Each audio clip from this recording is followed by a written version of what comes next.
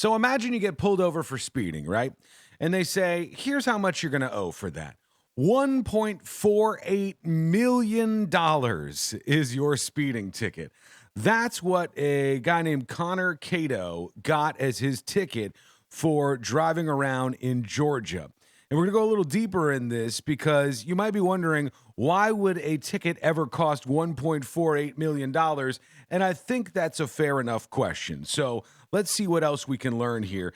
This is from NBC, where they're talking about Connor Cato's ticket, and they actually spoke to the man himself. Watch this here. 1,480,032.51.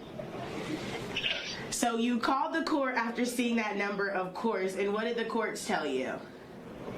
The lady told me on the phone, I told her, this might be a typo, I don't know, I'm not sure, and I told her the amount it was, and she said, no sir, that's the correct amount. You either pay the $1.4 million or appear in court on December the 21st. All right, in case you missed any of that, he said, I asked, is this a typo? Is there something wrong here?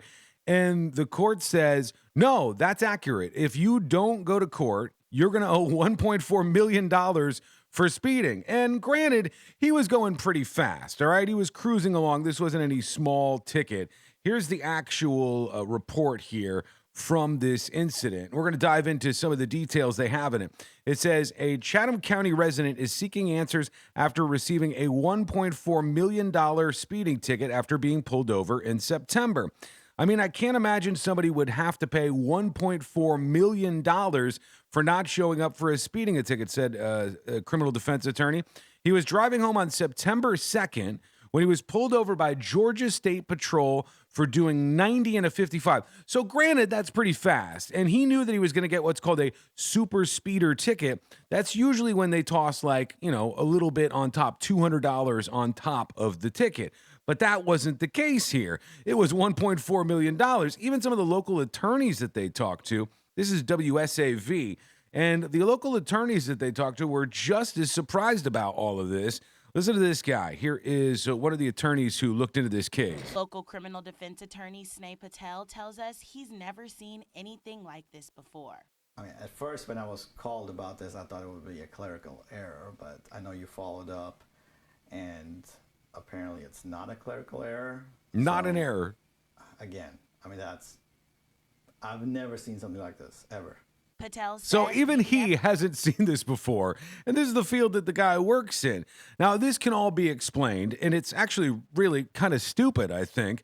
Here's what they said, all right? When you get in Savannah, Georgia, a ticket, the ticket is actually what they call a placeholder. So the balance reflected in the e-citation is a placeholder. That means that this right here isn't what you really have to pay. It's just supposed to scare you into going into court, which seems really weird, honestly. It says the system automatically puts $999,999.99 as the base amount, plus other costs, since the only way to resolve the ticket is to appear in court. Why not just put mandatory court appearance, right? Why not just put you have to appear in court on this date and not put the amount of money? Because we now know that fines can't exceed $1,000 to begin with. But every single person who gets a super speeder ticket is going to be real confused as to why they owe more than $1 million for speeding. Or maybe you think he should owe $1 million for speeding. Let me know what you think in the comments below. This seems like something they could really easily fix, if you ask me. What do you think?